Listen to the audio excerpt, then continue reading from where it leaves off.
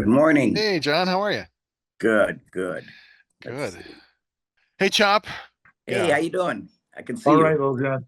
Great to see you, man. Great to see you, bud. It's good to be seen. Yeah. At my age, believe me. No, this is so No, exciting for us. yeah, it's really quite a pleasure. Yeah, Oh, an thank you. honor. Thank you. Truly, And mine. it means so much. Really. Thank you. Yes. Yeah, we both grew up, as I know you've heard 10,000 times from your fans all around Ohio. We grew up watching first it It was never like, gets old. yeah, Hoolihan and Big Chuck, and then Big Chuck and Little John's Superhost, the Ghoul. you Oh know, yeah. grew up watching all these things. I mean, I was 4 when the Ghoul started in Cleveland, and I'm like, my mind was just blown. My parents watched Ghoulardi, and so he inherited that crown. And I was just like, oh my God, this is Correct. He amazing. he And was he was Ernie's running boy. And he yeah, asked when he Yeah. left, he asked Ernie if he could do it, and he said, "Yeah." yeah, and I mean, that's also how Big Chuck got to start too, working with Ernie. Right. Oh So yeah. He did yeah, not want to be on TV, Chuck. really. Not at all. Not at all. Oh, he And liked Ernie, working behind the scenes. he's a director. He was the director of the show and everything. And they dragged him out in front of the camera, and he didn't want to embarrass his family or anything. Very, very. And I'll tell you another little tidbit. Can this all be in the show? Is this Oh yeah, okay? Like all the preamble? Can we have all this stuff? yeah. Okay, great. Uh, uh, Chuck was best man in Ron Sweet's wedding, which is the Ghoul. Yeah. Yeah. Okay. Wow, I didn't know that. That's Yeah. great. I'm full of little tidbits. So No, no, that's All fantastic. right. Now I know we had talked at the one Goulardi Fest. We had talked a little bit about like why the ghoul was no longer welcome, and I just shook my head like it's so the ghoul, but like I don't know if you know that story, Chop. He was You allowed didn't. to go ahead. I did interrupt, but I thought it was because he was allowed to blow things up or something or he something. wasn't allowed, Yeah, And and then he did he right there. did. And it got, Yeah, yeah, yeah, he done. yeah. that was the last one. It was our Cool it with first the one boom too. booms of a day. He blew up a chair, one of those folding chairs. You see, he used to get carried away in his act. Yes, yeah. I remember going And to I don't want to make fun of the dead, but yeah, I remember going to my friend Dave put on these events, and one was a celebration of the ghoul, and he was there. It was a movie. We were watching a movie, and I forget. Oh, I think it might have been The Evil Dead or something, and he was there, and I don't know what it was, but I walk in, I see the ghoul, I'm like, oh, hey, the ghoul's here, and he has this like, it must have been an M80. He's like, hey, you want to hold this? I'm gonna go light it. I'm like, no, I'm good, man. I'm good. Yeah, and he Yeah. just kind of laughed at me. Because again, these are all just like memories that are just such lifelong memories for us. well, And when characters. Gallardi had the show, everybody thinks he blew up things all the time. It was only a couple times that he did it, but everybody thinks he did it, Hmm. millions of times. He didn't. Yeah.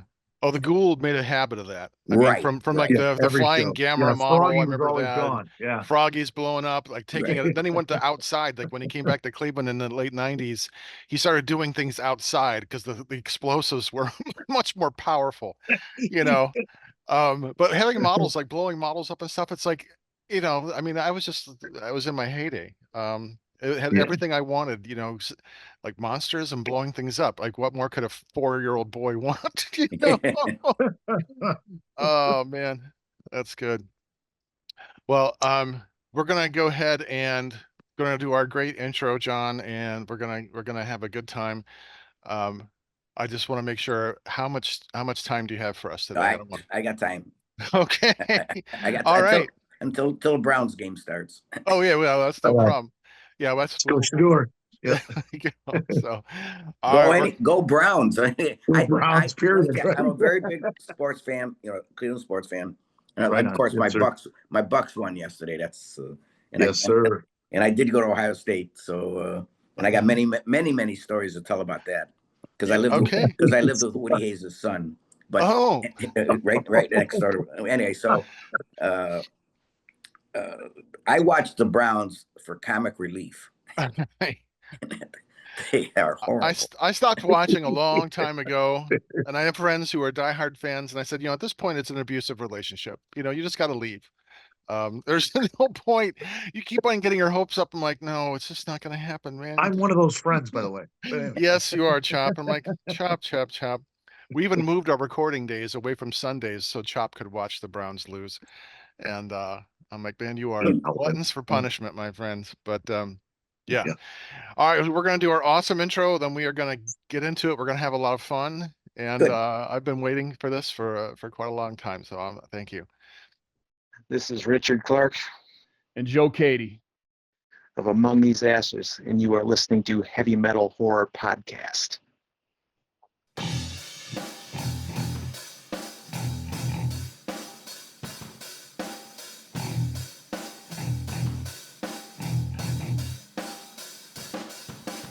I am Montag, master of illusion. What goes up must come down, but not always. Yeah, this is Choptop. Let's keep it rocking. And you are watching and listening to a heavy metal horror. Oh, kitties. Oh, this is so good. This is so good. Welcome to the final show of the season. Yes. Today we have a Cleveland legend as part of our celebration of Cleveland underground metal, kind of. We have local legend, Lil John Rinaldi. John, welcome to Heavy Metal Horror. Well, thank you very much for having me on Heavy Metal. Man, I didn't know all that. That's a pretty good introduction. I'm still waiting for that living legend guy to come in. I don't know. I don't know when he's going to come in Well, during the show. we're all here. We're all living legends in our own minds. And It's I grateful was to be alive. trying to do Yeah. this with my hands, you know. Oh, that's good. That's Mm. good. Well, you know, we like to always begin with some background. And for those of you who aren't familiar with John and his legacy, if you were not a Cleveland kid or grew up in the Cleveland area, we were blessed with a cornucopia of horror hosts and horror themed skit shows in the 70s, and with the Hoolihan and Big Chuck and the Ghoul, eventually Big Chuck and Little John, and then Superhost on Saturdays. And I know that's where Chop and I grew up. Friday nights, Saturday nights, watching all these great movies with all the fun skits and having all these people kind of be right from Cleveland. And so it's always awesome. I kind of feel like really fortunate when I hear other people talk about they never had a horror host community where they grew up, and I just feel so sad for them. Like, wow, I just you know, we came up in the golden era of it. So this is awesome. Okay, so a little bit of background, John. How did you first get into doing skits for Hoolihan and Big Chuck? Okay. I was working in a jewelry store at the time as a young salesman. And this is 1968, by the way. And that I graduated from college in the Ohio State University. And so I was working in a jewelry store. And there was a gentleman by the name of Dick Blake. And he's still around. He was, at that time, he would go to schools and teach them etiquette and teach them how to dress for success and things like that. And he had a dance studio, and he had a little kid studio for dancers, and then he had adult studios for teaching them how to dance and that. So he used to call Chuck. Sorry about that. That's a dog throwing his bone around. So, in the background. I don't know if you heard that, but anyway, he would always call Chuck and say, "I have some fines for you."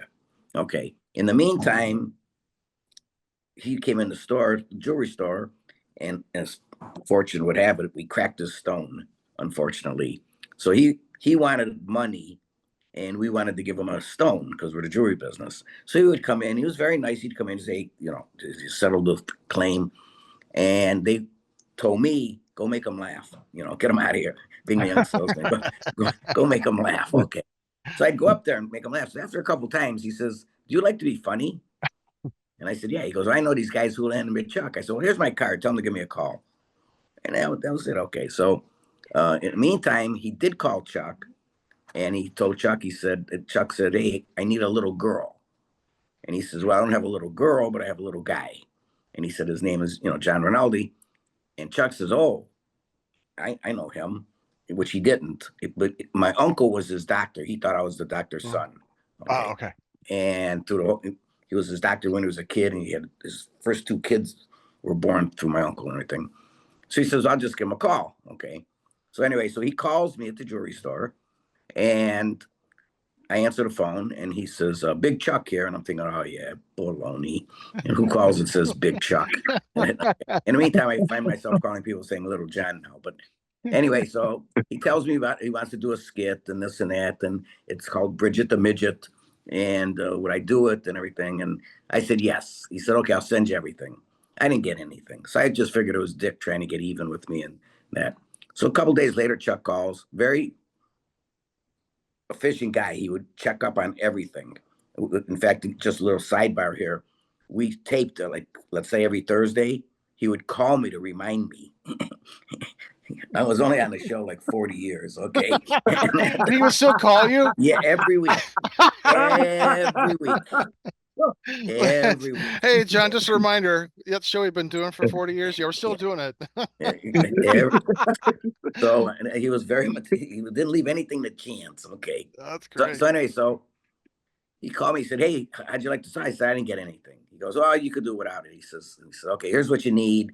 And I needed a girl's dress, and I needed a wig, and I needed combat boots, and I needed, all this stuff for the skit. And he says, it's going to be at West 220th and Lorraine, which is Bonnie's Lounge at the time. And I was on the east side, far east side. And this is far west side. And this is during, 1968. That was taboo, going from east side to west side, crossing that Cuyahoga River. And nobody ever did. Okay. So I said, okay, I'll do it and everything. He gives me so I went in my sister's closet, got a dress, got a wig, and my buddies just came back from Nam and everything. So they had combat boots, and okay, so we go. So I take 3 guys with me, 3 of my buddies, and we're going to go out there. And so we pull up in Bonnie's Lounge and go to the door, and it's locked. And I thought, come on. So meanwhile, the door opens and it's Chuck. Now, like I said, I started in 68 doing skits. This is the only skit we ever did on a Saturday night. And it's the only skit that Fox 8 said, whoever's in the bar, we pick up the beer for whoever's there, or pop or whatever. Okay, but not hard drinks. But if you leave, you can't come back. And this was before cell phones, so you couldn't call anybody. They didn't say, come on in or anything. And the door was locked. So I did the skit, the Bridget the Midget skit, and after about 20 minutes, Chuck says, you're going to lose the crowd and everything like that. I said, no way. I said, I can handle this. I'm flipping my skirt and doing all this. And so then, again, I'm taking this a long story. He asked me to be on the Big Chuck, Hoolihan and Big Chuck All-Stars basketball team. And thinking I'd say no because of my height. And I said, yeah, I'll do it. And so he said, okay, meet at the bus, So what he didn't know was that in college, I played on an intramural team that people used to come and see. We used to be called Four Mooses and the Meese. And I had 4 All-Americans that, like Kelly was one of them. Okay. And they would just rake the boards and I'd shoot, And so I go to the game, and I didn't even have a name I wasn't even on television yet. We did the skit, but it wasn't aired yet before the basketball game. So I didn't even know what to announce me as. So the first game they announced me as Bridget the Midget. And then Chuck came up with the name Little John after that. And then he was sitting I heard him tell Hooli, we got to put him in. The guy came. So they put me in like the last 2 minutes of the first half, and they saw I could play, and the rest is history. The rest is history.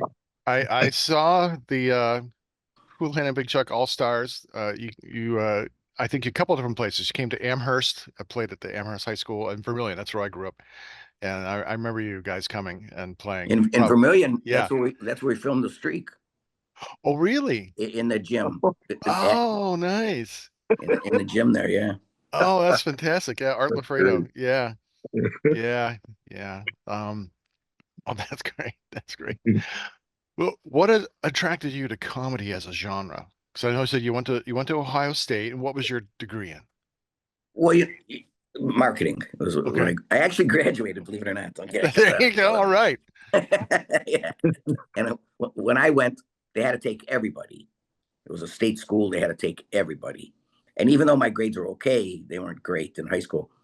So I couldn't go in fall quarter. They were on quarters at the time. So I had to enter spring quarter, which worked out perfect for me because I graduated in January from high school. Back then, the Cleveland Public School had a split January and June, depending when your birthday was. So for me, I started 2 months later in college. And what they did is they lined you up at orientation. They said, look to your right, look to your left. 2 out of 3 don't graduate.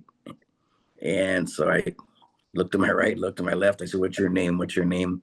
Meanwhile, one guy graduated in 3 years with a master's. Okay. Wow. The other guy, like in 5 years, got his PhD in electrical engineering. And me, I graduated. Okay. Believe it or not. And it was because of one of these guys that I graduated. But the reason I graduated, he made me study. And so Nice. that means 9 guys in a row didn't make it. If doing 2 the out of math. 3 don't, Right? yeah. This 3 made it. The other 9 didn't. Sorry, make it. guys. Okay. We're the ones Yeah. graduating. Yeah. How would you describe the Cleveland entertainment scene? Oh, wait, you know what? I never did answer that question. My whole theory in life is, ever since I was a kid, I want to make somebody smile or laugh every single day. That was my, thing. I always wanted to be happy and funny, and I still am. Yeah. That's great. So that was the reason why I got in, and the comedy was not hard. That's great. Which we could all feel that way. Yes. That's Yes. awesome. Well, you've got your laughter and smiling in early today, so Yes, you did. you can relax now after today, after the show. But you can't. You That's mean why in my Florida. wife. Yeah. That's why my wife hates me, because I wake up like this, happy. Oh, the Adios Muchachos show just wrapped up. It was really wonderful to see Hoolihan and the rest of the gang. How did that show come together? Well, we had a Goulardi Fest way back when. We do Goulardi Fest and everything like that, and it was Big Chuck, Little John, Goulardi Fest and everything, and then COVID hit, and we never had a chance to say goodbye to our. We were going to go off the air. We knew that, and we never had a chance to say goodbye to the public. So we figured we'd do probably one more Goulardi Fest show, but it just didn't. With COVID and everything, it didn't. And these two gentlemen that run Comic-Con and everything, Jason and Dave, they said, why don't we'll throw it and put it on, we'll just change the name, which we did. And in the meantime, the promoter of the Goulardi Fest passed away and Chuck passed away. So it was just me. So that's why it was Little John Presents Adios Muchachos, to say goodbye. Mm-hmm. And that's the song that we played at the end of our show, Adios Muchachos. Yep. Okay. And that, so. Yeah. Or is that all there is? Yeah. Well, if I do another show, that's going to be the name of it. Is that all there is? Yeah. I always hated that song coming on because I knew the show was over. Like, it was always so bittersweet. Like I was up till 2 a.m. watching it, usually with my cousin. Yeah. And the song came on. I'm like, oh, it's over. I got to go to bed now. Yeah. Yeah, I thought the show was really fun. It was just good to see everybody. And I knew it was kind of the farewell, kind of saying thank you and to give the fans one more opportunity to say hi. Like I was telling people when I was doing my, on radio stations, whatever, promoting it, I was saying, if you're a Cleveland fan, it doesn't have to be just horror hosts or anything, radio or television. Come to this, because you're never going to see this many people all in one place. Mm-hmm. I mean, I see one here, one there. I mean, Hoolie's 92, Big Stash was 92. Jan Jones and I are 80. So I mean, you're not going to see this. Those Flash from Jeff and Flash was there. I mean, those are big name people. Yeah, it was a who's who of Cleveland celebrities. Exactly. Yeah. No, that's great. That's great. Thanks. Well, we're gonna switch gears. And all these people came. There was no pay. they came just to do it. Wow, that's great. I hope everyone got a chance to know how much they were appreciated, and hope the fans were. I know the fans are pretty vocal about saying, "Hey, thanks." I know every time I've seen you guys at every Galardi Fest, I just kind of gush, and well, like, it's just they were because chanting at the end, one more time, one more time. one more time.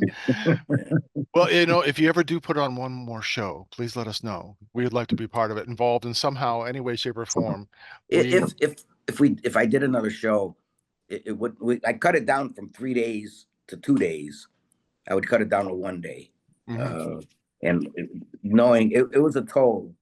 It didn't affect me that much, but it was a toll, like on Hoolihan and that, to Sure. stay there 10 hours one day, 8 hours another day. It'd be it'd probably, again, I don't know if they'd show up. I mean, but if it was the same format, it'd be a 1 day show. Yeah. Well, that's awesome. Yeah. Well, keep us in the loop. We Okay. love to be part of Absolutely. that if it ever Right. happens. Yeah. Or we can even put on like a virtual conference or something. It might be a little easier. Everyone's in there relaxing in their home in their pajamas, like, hey, fans.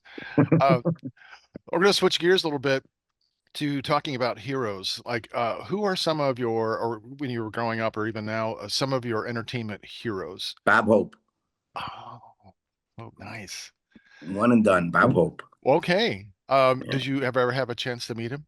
You know what? I'll tell you how stupid I am. Because he's a Clevelander. Oh yeah. Well, he lived in Cleveland. Yeah.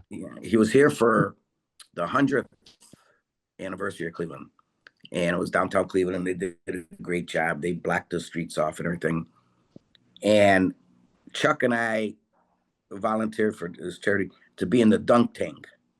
Okay. And it was a cool night, but they gave us wetsuits, they gave us everything. And just when we're ready to go into the tank, somebody comes up and says, Bob Hope wants to meet you guys. And we couldn't. We said no. We said no because we promised this thing.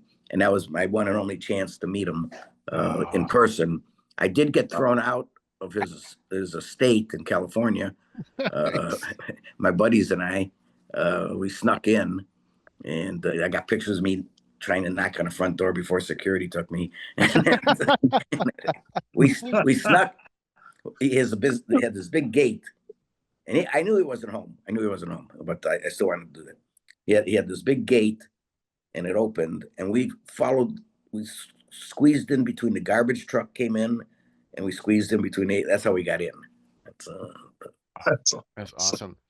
I remember when I was a kid, I was probably 5 years old, went out to Arizona with my grandparents, like during Christmas, and we in the Phoenix area, and John Wayne had a ranch out there, and we actually went to his ranch, and thought, let's get a picture. I got a picture of me because the gate was closed, and then the housekeeper came out and asked what we were doing there. I said, well, we're just wanted to say hi and see if John Wayne was home. And she's like, no, he's not home. You have to leave. I'm like, okay, but that's good. That's so good. cool. Yeah, and you can understand. Oh yeah, of course. Bob Hope. Yeah, he's so terrific. How wonderful. Legendary. Yeah. And his act was clean.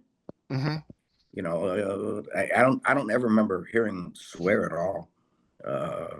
But half the comics now, if you take off the F word, half their act's gone. Yeah. Sure.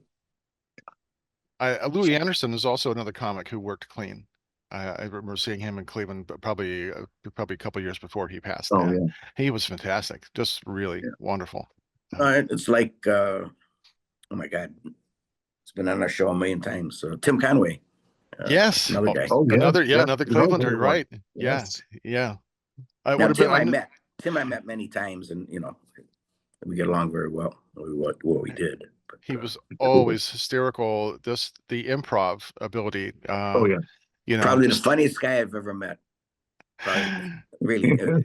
Trying to watch him not Harvey Korman and Kerr Burnett try not to break character when he's in a scene with him. Yes.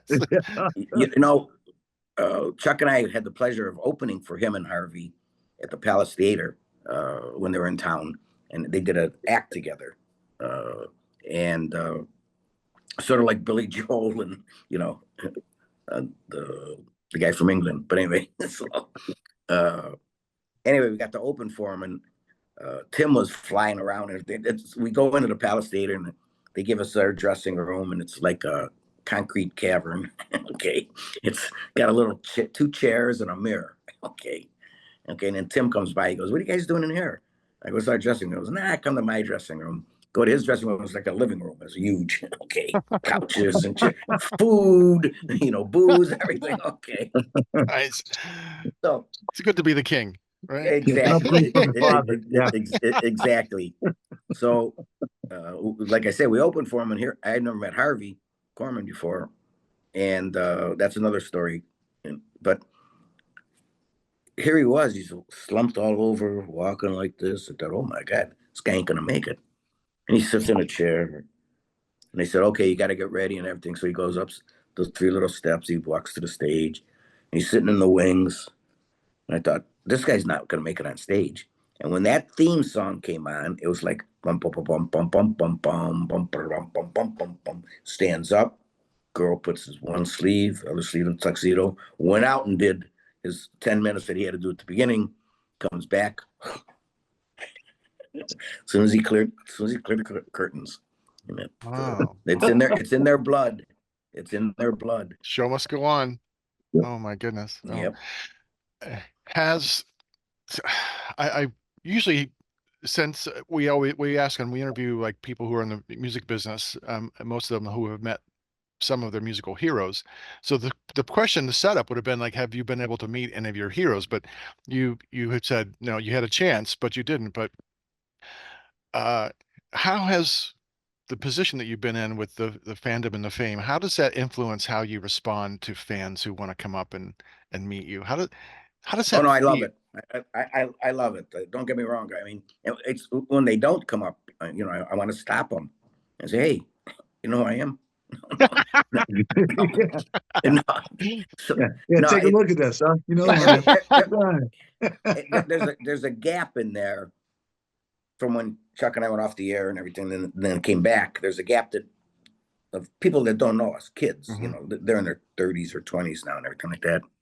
And we'll meet them and everything or something like that. Then the guy will go, or the girl will say something, and I'll go, "Where you from?" They go, "Cleveland." I go, "How long have you lived in Cleveland?" They'll say, 28 years. I go, 28 years? And you don't know who I am? I said, "Don't you want on television?" And that thing, it's not like, but there's a span in there, people. But then there's the other ones, the older folks, and now younger. I get a big kick out of when somebody 10-year-old comes up and says, "Are you the guy on TV?" I get a kick out of that. Oh, that's great. They're rediscovering you. Yeah. Well, along those lines, John, I had a question in mind. It was because I know when you guys, there was like this hiatus, and then you guys did come back, and that was like Saturday afternoon or something like that, as opposed to Friday night. And there was also a change in the genre type of pictures you would show. Like it went from like mostly horror and the B movie kind of things on Friday night to like these dramas or something else. And I, quite honest, not about you or Chuck. I was bummed about that because I'm a huge horror We had fan. no control. We had Okay. we had no control on picking the movies. And what it was is we're on Friday night for 30 some years or something. Then somebody in the brain power said, let's put them on Saturday night. They started footballing us around because different people bought us in that. And they didn't understand the idea of Big Chuck and Little John, local guys. They wanted like 11:30 every night came, whatever came, Three in the Family or whatever it was. Okay. But that was all across the country and all the stations they had. They couldn't understand why they wanted to break it up. And Kevin Sawyer, who was our program director, he fought for us and everything. He said, you don't understand these guys, the value and everything. And it's not like we're making a ton of money. So, and all the money stayed here in Cleveland because it was all local advertising. So then they footballed us around, and well, they came up with this Saturday afternoon program called Couch Potato Theater. And that's when we started Saturday afternoons then and Friday night. So it was 2 separate shows that we would do. And then they started 1:00 in the morning, 12:30. They never did. Then they started footballing us around. But then they got rid of us for about 3 years, and then we came back. And so they brought us back. They figured out that they needed us. That you were valuable. Yeah. Who would have known, right? They- A fixture in the Yeah. Cleveland scene for 50 years, right? Oh, Thank you. and through this whole thing, we did end of an era. We did the whole DVD, end of the show, end of the thing, and everything. The whole thing, I kept saying, I'm not leaving. You know, you guys might be thinking Chuck's retiring. I'm not retiring. I'm still going on and everything. And then they did bring us back. oh, that's I mean, great. not that I had anything to do with it, but because I never worked for Fox 8. I freelanced. Okay. Yeah, so I was never an employee. So I want to switch Thank you. gears to the to creativity and process. Because you guys put out so many skits and things. So what was the creative process like on the show? Like Oh, yeah. it was really scientific and sophisticated and everything. It was all Chuck. Okay. We have over 2,000 skits. I wrote 6. Uh-oh. Okay. Okay. What was your And what were your I 6? always tell people, I told Chuck they're the funniest. They're the funniest. Okay. But the one that sticks out right off the top of my head is the half a head of lettuce. Yeah. Oh my God. With Yes. big stash. Yeah. And And this I fine stole- gentleman would like the other. Yeah. Correct. And I stole that from Flip Wilson, who was doing it in Vegas. He did that in Vegas, Oh, and I brought nice. it back, and it was a couple other Okay. ones. But Chuck was the one that thought of them every week, every single week. Really? There was always a new one every week. Oh, that's so He, how he was truly a comedic genius. well that and all the Emmys and the that he did for all the behind the scenes work and the technology that he really kind of Well, fostered. I mean, he was way ahead of his time. Oh yeah, but he won. I think it was like 26 or 29 Emmys or something like that. I only have 12, but So you're a slacker then, is that what yeah, yeah. But mine are all the show. Really? Oh, that's fantastic. I Mine love are all that. mine are all a show, and well, of course, 12 of them are Chuck's also. But he won for like director when he was a producer and a director, Yeah. and he did all the specials. So he won for the Singing Angels special and Artemis Right. Flag special, things like that. Not only just our show. 12 Emmys. That's awesome. I can't think of a better award, a better show to get it because it so encapsulates not just the time or the place, but again for fans like us, this is like earliest memories. Like it was every week. We knew we were going to watch this. We're going to have a good time. So we kind of grew up feeling like we knew you. Like the first Yeah. celebrities. That's what I always say. Like Big Chuck and Lil John and Hoolihan. Those were like the first celebrities that I like ever saw in person. Like at the basketball games or whatever. So it was just always kind of weird. And I didn't understand the difference between. Of course, they don't really have local TV anymore. Back in the day, like Cleveland has its own television station that would broadcast shows versus the national syndicated stuff. So, but a lot of people didn't differentiate that. They would meet people, and they saw us on television. They'd say, "Hey, when you see Walter Cronkite, tell him we watch him every night." They didn't assimilate that you all we're know each other, local, right? and they're in New York or somewhere. Oh, nice. So when Chuck was coming up with these ideas and your 6 ideas, how was the cast chosen as far as like who wanted to be in this, or was it who was available, or how did No, that process work? they're all friends and people we can get that we didn't have to pay. So Sounds like Cyclops movies there, Chop. Yeah, I was just gonna say, sounds like your films. Yeah, Montag. exactly. Hey, you want to be in my movie? I can't pay anything, but you'll get a Can't copy of pay the DVD and jack you'll get squat, but hey, you'll here you get go. fame and riches, right? well, that's basically it. And they're like the lady that played. Well, I had 2 women that played my wife and everything, or my mother. Was Mary Allen. Yes. Okay, she was from Maple Heights, and how she got on the show was she bid on it at a WVIZ auction. She was the highest bidder, and so she was Oh, to be that's in fantastic. to be in a Wow. skit, and she was good. She was Yeah. excellent, and we used her for many, many times. And then the other lady, the heavyset lady, Carmela Giampaolo, she was one of the tons of fun, and she was willing to, get in bikinis and those things and everything. And I did a couple shows with her too. And these are all stories for another story. I'm a storyteller. I'm not, if you say, tell me a joke, I couldn't tell you one. But so, the pig fell in the mud. I mean, that's about it. No dirty jokes But, on the air, right? yeah, right. Yeah. So, Oh, that's great. Well, I'm glad we're talking about this because my next question was, can you share any outrageous or crazy stories from the production of the show? There has to be, for all the 2,000 skits you know that were done, you've had to have some really like, okay, this is the most crazy thing that ever happened. well, what people don't realize is this wasn't haphazard. Everything was scripted. Every word there was no ad-libbing in this. Everything was scripted right down to the words. And so, like, for every minute that you see on the air, it took us an hour with post-production and production. Okay, You sure. know, you're gonna have to edit this. So Yeah. Editing takes a long time. Yeah. Exactly. People don't realize that. But we did everything ourselves. I mean, we built our own sets.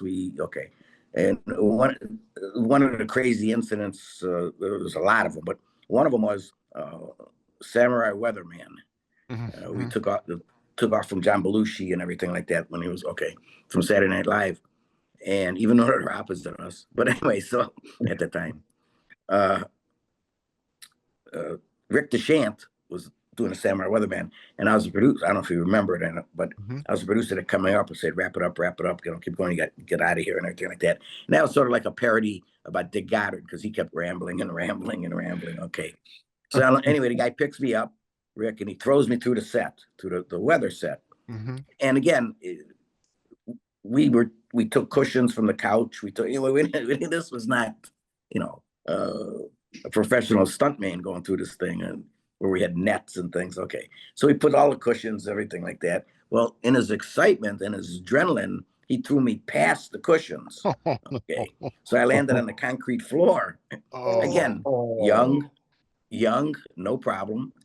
Now I'd be laying there still. Okay, so things like that happened pretty frequently. I broke Chuck's ribs a couple times, one time I should say, doing a skit, and everything had to look realistic. And when I was doing it, and they said, "You got to hit me harder, you got to hit me harder," so I could whack him, and Which I broke skit his was rib. this? This was it was a skit where he was introducing me as a karate master.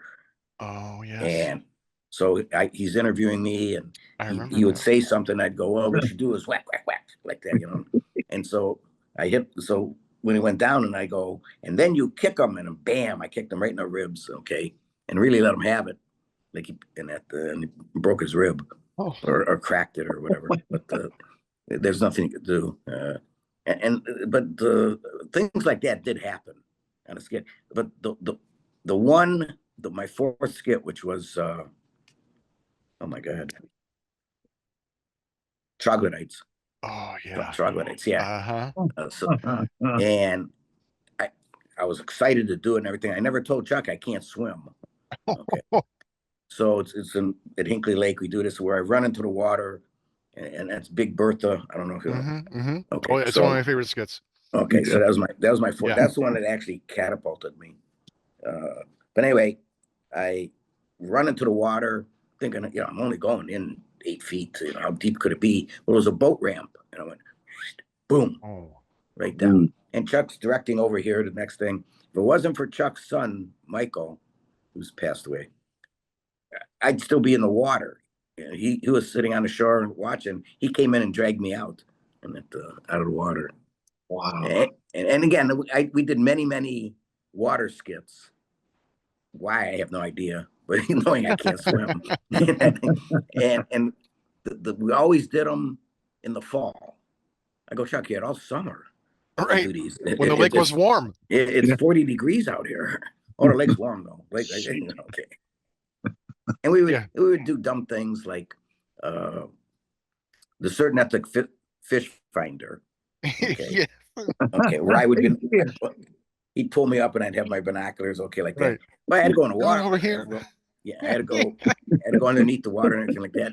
Well, it felt very safe. I was tied to him with a rope. Okay, so he pulled me up. Okay. And then and then we did the one where the cruise, Mhm. where Yes. well, we are floating along in Lake Erie on a log. We really were, and I told Chuck, I said, we really don't have to go deep. You only have to go to where you can stand. Yeah. And that, no, we got to go out farther. Got to go out farther. So It's the illusion. so No one's gonna know. so he tied me to the log.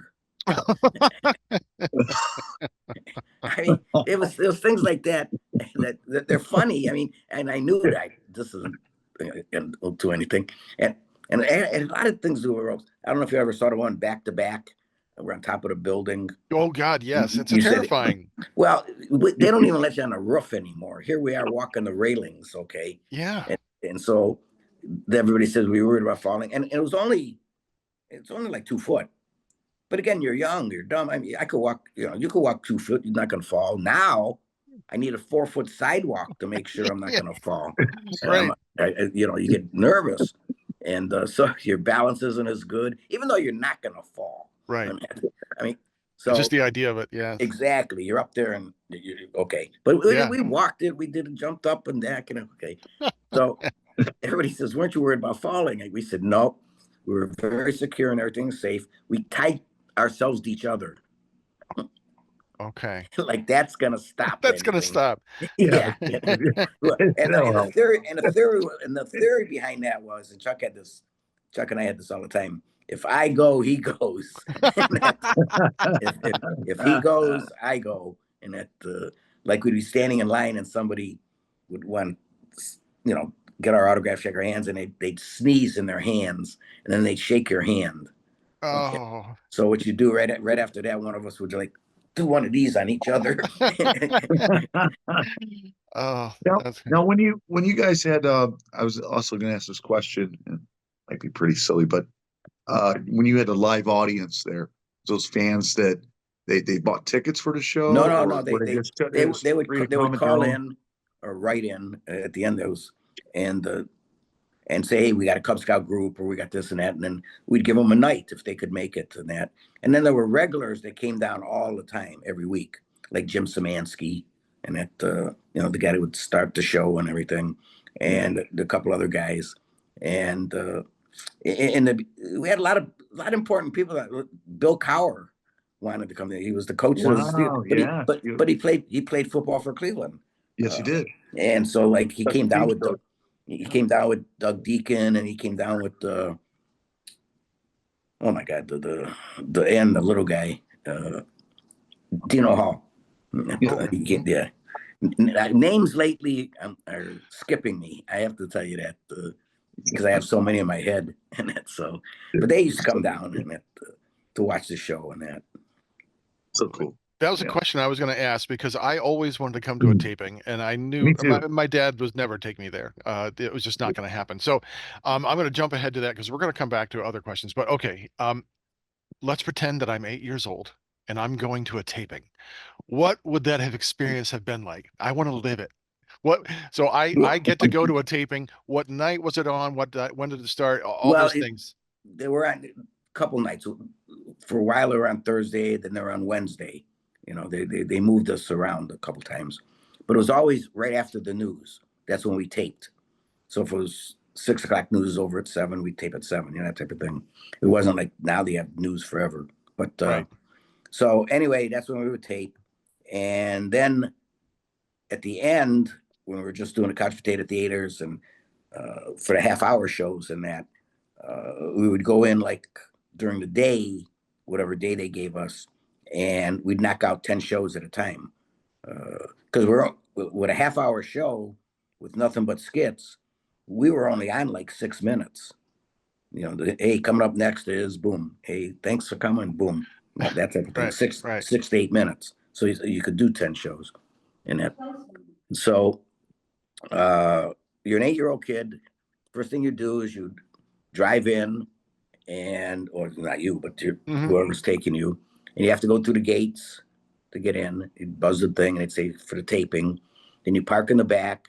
Then you'd walk down and go into the guard station, and you sit there. Okay. Then Jim Szymanski would come down and give you a little pep talk and everything about what's gonna. And then he would take you up like the Pied Piper. They'd all follow him up and sit down, and he'd explain when Chuck says, "Let's hear it," you guys applaud, you do this and that, and then we would come in and sit down, and we'd run through it. We'd say hello to everybody, and talk to them, welcome, and that, and we would sit down and we would run through it once.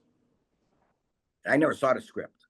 Like I said, Chuck did it all. Okay, and that's another thing. When I was done taping, I used to thank my third grade teacher, Mrs. Ryan, who taught me how to read. So anyway, so then we'd run through it and then do it. And in doing it, you'd go into the audience a lot. So you'd see the kids and everything like that. And that was a big deal for them because the camera's on them now. Right.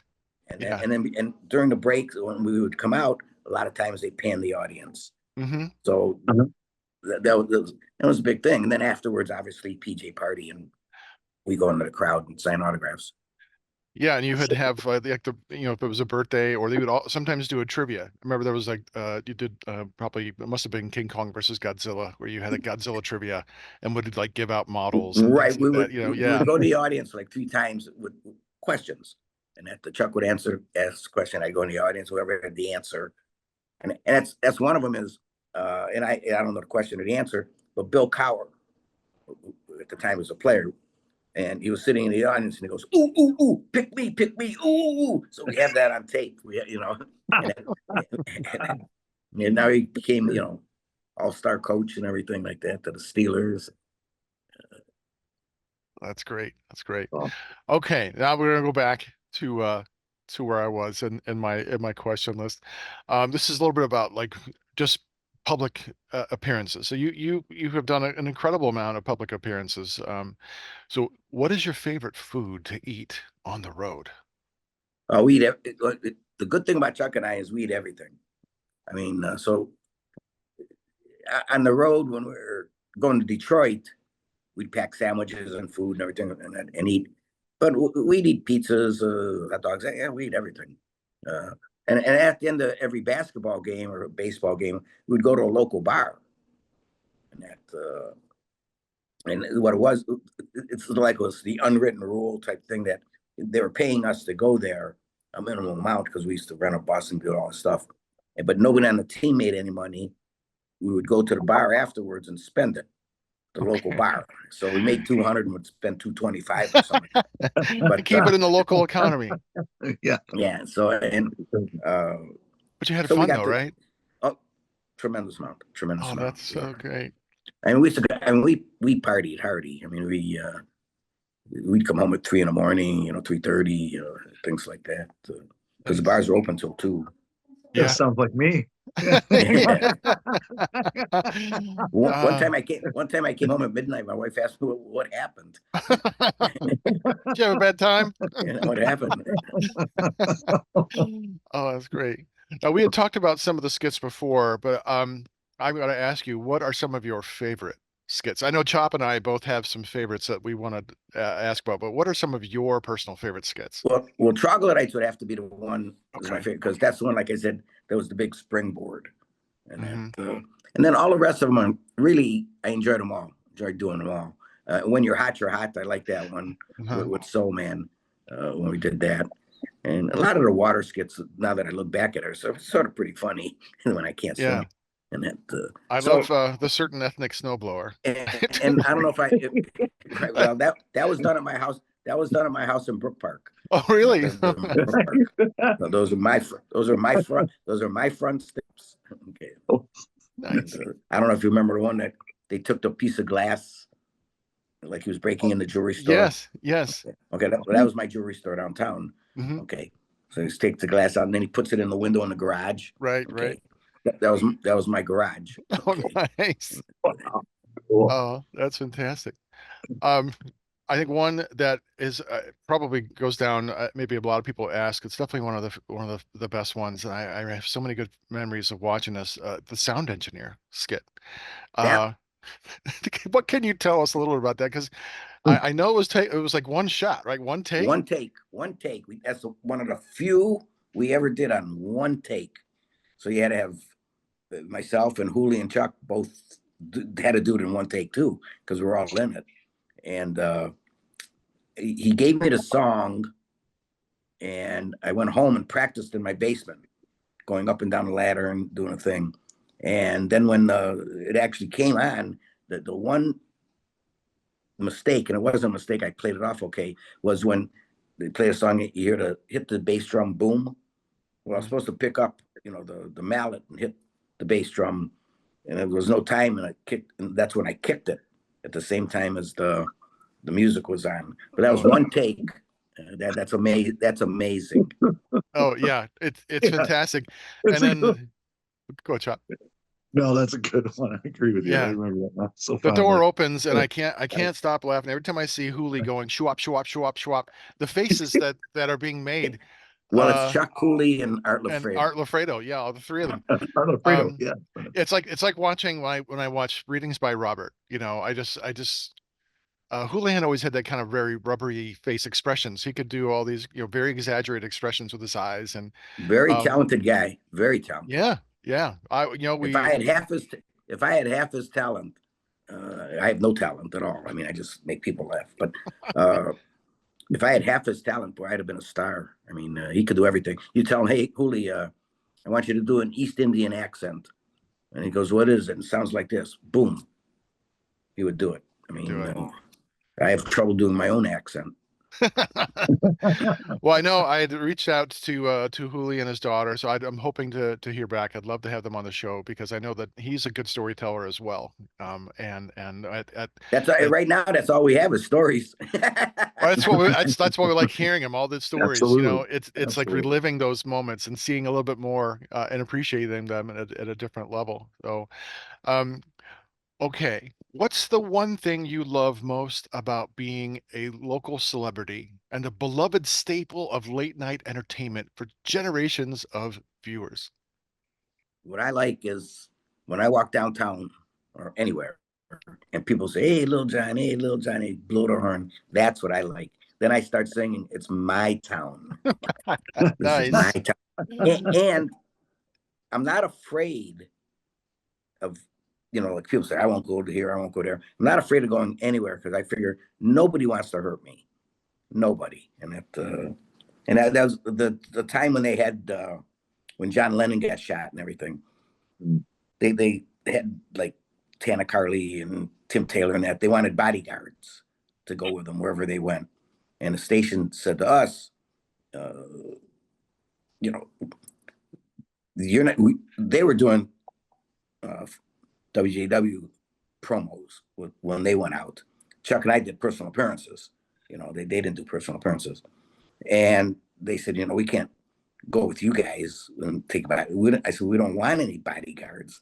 I said the last thing is to tell somebody back up. Then they take 2 steps forward. Okay, just let us go through the crowd. Nobody's going to bother us. Yeah. And nobody ever did. I never had to worry about punching or fighting. One time, it was a Halloween show. We're doing it up here on 43, and it was the Halloween was a big time for Chuck and I. We did a lot of personal appearances. Like in a 31-day period, we did 27 personal appearances. Oof. Okay, so, but on Halloween, we did 3. Okay, 3 that day. We do Cuyahoga Falls in the morning, the kids thing. And then in the afternoon, we do a private party, actually. And then at night, 10 to midnight, like that, we would do the Halloween shows at the Aurora Inn and everything. So now this was adults now. So obviously drinking's going on and everything. So, which is good for us that we could drink. So anyway, we had the costume contest, and they were up on a 3-foot stage a little bit, and we were below them, and we got down to the finals and everything. And I had the microphone, and I had it in my left hand, and I go, let's hear it for contestant number 1. And I pick my hand up like this, with my thumb up, and the guy bent down and bit it. It's this hand, and he bit me, and he drew blood. I mean, he really did. Oh my God. Oh my gosh. And I started beating him with the microphone, and Yeah. Chuck thought I went berserk, like, what are you doing and everything. So that's about the only time we had to somebody got rowdy. And then from then on, and that was the height of AIDS at that time, I was petrified. And so I, like, Monday, I went to the free clinic, and because they tested for AIDS, and the lady goes, "We can't test you. It's only been 4 days. You got to wait like 3 weeks or 4 weeks." I go, "What?" And I waited all of 3 or 4 weeks more, and I was down there. There was nothing, but I was really worried. Yeah. Oh, that was a Sure. scary time. Yeah. Yes, it was. Yeah. We didn't know a lot of what was going on.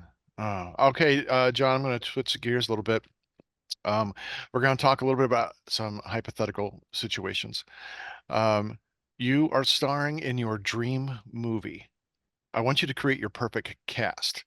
So not including anyone you've worked with. What 3 or 4 actors, past or present, would you want to star in the movie with you? Okay.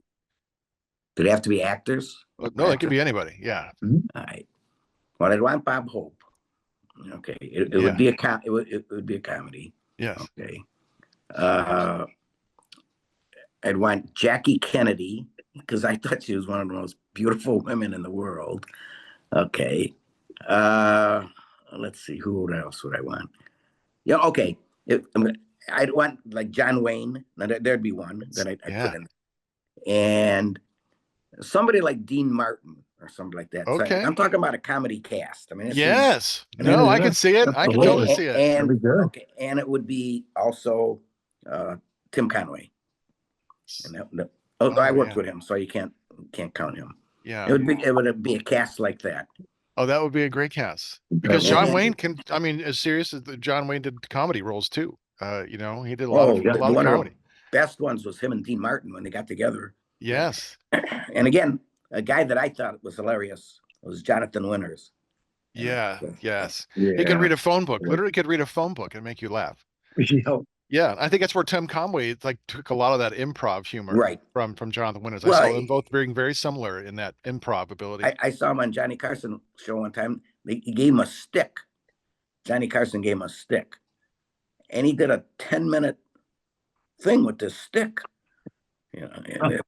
Back Sheba, back, like this. And, I mean, it was great. It was great. But those would have been people. Nice, nice. Okay. You are on a desert island. What 5 horror or sci-fi or monster movies do you want with you?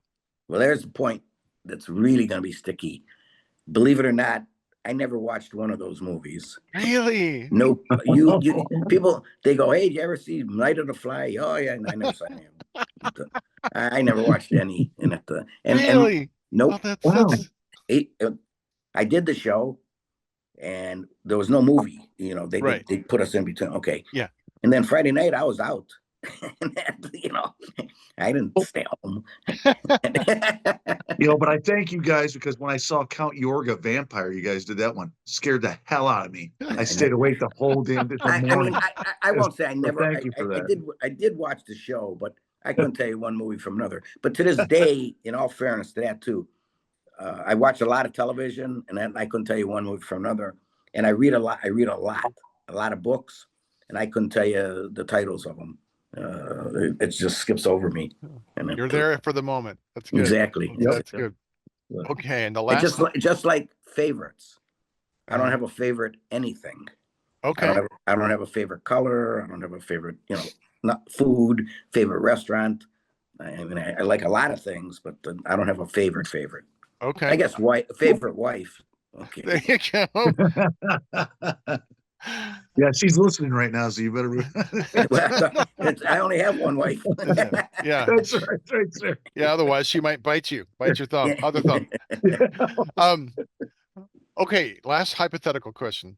If you could be any superhero for 24 hours, who would you be, and what would you do with your day of power? Okay, it would be Superman. Okay, and what I would do, because he could fly around the world, he could do everything.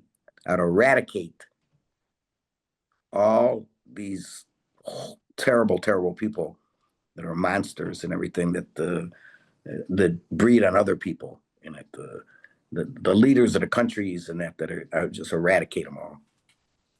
Because I could fly around the world, hit them with my X-ray vision, break their necks. I could do everything. Okay. Yes. Yeah. That's great. That's great. Absolutely. Well, even though you never watched any of the movies, I won't ask your favorite horror movies, but you are heavy metal horror, so we're going to talk a little bit about horror. Do you like any of the horror movies? Do you have some No. horror movies? Nope, you don't like it at all. Okay. Okay. No. Well, you're in the wrong show, John. But Yeah, all right, right. thank you. That's good. Well, hey, all Thanks. right. Thank you very much for talking. Okay. Hey, it's been good. And this has It's been good being Montag. living legend. Bye, John. Oh, my I'm heart not is broken. No. I'm not a sci-fi. I'm not a sci-fi guy. I'm just not a Okay. I'm more of a Yeah, shoot 'em up. nothing wrong with that. Shoot Action 'em up. adventure. Yeah, shoot 'em up, bang bang, cowboys. I love cowboy. Okay. And All right. So I'll skip past the scariest movie. Did you have what was well, your I'll tell you, favorite? the scariest movie when I was a kid. Okay, I that's did a go good to shows and things like that. Yeah. Was The Mummy. one. Oh, the Was The Hammer Mummy. or Universal? No, I'm sure it's the Was whichever color one was the early black and white one. black and white with Okay. Boris Okay, Karloff? yeah, Boris Yeah, Karloff. that's a good one. Yeah, I Oh, love yeah. that one. Yeah, oh, that's great. What was your favorite Halloween costume? Or did you dress up for Halloween? Oh yeah, those a lot. And that, well, if again, I'd be in jail for half the cop. For a lot of them are not politically correct when I went. So, so, and which I didn't care. But Right.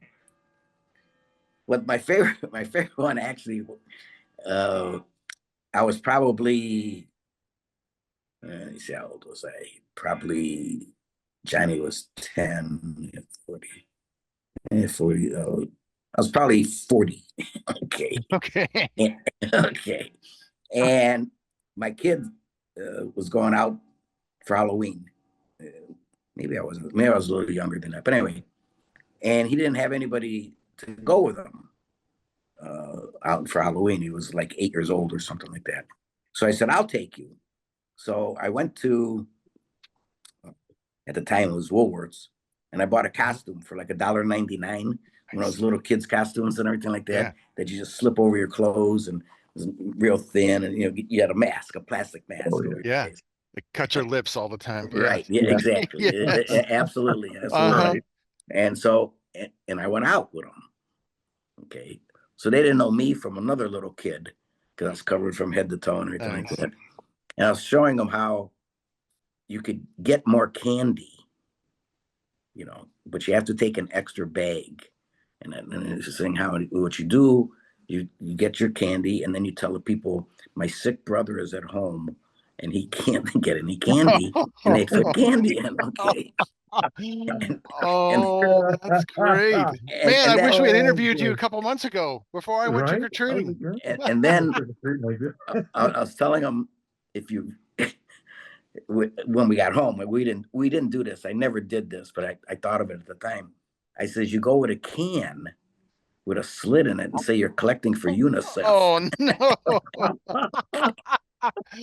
But we didn't do that, and I told them at home when we got home. Okay, but so now we go out. So now we go to my next door neighbor's house. Okay, little old lady, Mrs. Fragnoli, and she was paranoid, but she had a screen door and everything and she would take the screen out, but keep that metal bar across the thing and everything, and she'd hand the candy through this metal thing. So trick or treat, she comes and she goes like this, and I grabbed her hand and pulled her, and she was screaming, John, her husband's name was John, like this. So he comes running, and I still got her hand, and I'm pulling it and everything like that. And then I flip my mask up, and she goes, "You son of a bitch." Oh, that's good. That's great. Oh, That's fantastic. So When you were out trick-or-treating, and it's great advice, so I think I may have to go out with my great niece sometime and use that trick. What was your favorite Halloween candy to get when you got home? What was the Oh, favorite? I like chocolate, so it's definitely chocolate. And now when I was a kid, and I carried this over to my adult life, we got full size candy bars, and we didn't get these little miniature things that they have. So to this day, that's what we hand out is full size candy bars in my house. Okay. Mm-hmm. Now I'm not here anymore at Halloween because I'm in Florida, but I meet kids now, they're in their 40s and 50s, and they say, we remember coming to your house and getting full size candy bars. Oh, nice. Yeah. Oh, that's fantastic. Yeah, one of my friends, a former colleague, he lives on the east side of Cleveland, and he and his wife buy pallets of Swiss rolls, like Little Debbie Swiss rolls, and or ho-hos and stuff like that, and then he just gives each kid a full box. Oh wow. I'm like that local dentist must be really happy That's with you. that's big time. Now in my neighborhood and everything, how it worked, we never had any problems. But at the time when I was growing up, you always heard about these things that people put needles and Right. okay, we never had that problem. No. But we would go down to people's houses and get candy apples and things like that, Mm-hmm. and we'd eat them on the way home. I mean, we eat the things, and we never had a problem with that. Mm-hmm. But when we got home, of course, we took pillowcases Mm-hmm. to fill with candy. I was Yes. dragging them. I was dragging them. Yeah. So I remember you get in your living room and you're a kid and you dump it on the living room floor. Yes. And it'd be like a mound of candy. You let them roll That's around right. it. ours was on the Yes. kitchen table. Ours we had a dump on the kitchen table, and my mother said, "Okay, now you pick a third." Okay, so why can't I have it all? No, you pick a third, and then a third. For some reason, a third had to go to the school, and they'd give them to like underprivileged kids, which I don't know why can't they go trick or treating? So, and then a third went to the teachers. Huh. Well, now I know why you wanted a second bag. I mean, of course. A third But went then to you're the only getting 2/3 of your haul. and at the getting so but again I like Milky Ways and a day without I have chocolate every day, so I didn't get this body by eating healthy. That's right. But Yeah, Chop and I like to say we didn't get these bodies, but without without a lifetime of abuse. So Thank you, Diabetes and Wilford Brimley. that's right. That's right. John, I'm going to switch gears again. This is a section we'd like to. It's just one-offs. These are questions that could be about anything. Okay, what would you tell your childhood self about being an entertainer? my childhood self, I was always an entertainer, even as a kid. I would probably tell myself, drink less. Okay. drink less. Good lessons, Chop. Yeah, I tell myself that too. So. Yeah. It doesn't help, but I'd say it. Okay. What's the very first album you ever bought with your own money? Well, that's easy to say because I only bought one album in my life. Really? Okay. Okay. And it was the Ravens. And it's okay. And it was a band that I knew the drummer. They were pretty popular. Jimmy Fox was the drummer. They were pretty popular at the time at their time. That's the only album, the only record I ever bought. All right. But I had a ton of them. We were just talking about that, my wife and I. I had a ton of them. She said, when I met you, you had a ton of records. I said, people just gave them to me. And that was for TV. I mean, just gave them to me. Mm-hmm. Sure. Well, you mentioned you don't really have any favorite books or movies or things, but what are some of your, I guess I'll use the word favorite, some of your favorite or books that you like, or maybe some of your favorite writers? Okay. Since you do like to read, I know you don't remember what you read, but can you remember at least the writers? Yeah, I like Sidney Sheldon, books like that by him. And again, if I had to pick one of my top 10 favorite books or something, The Three Musketeers Mm-hmm.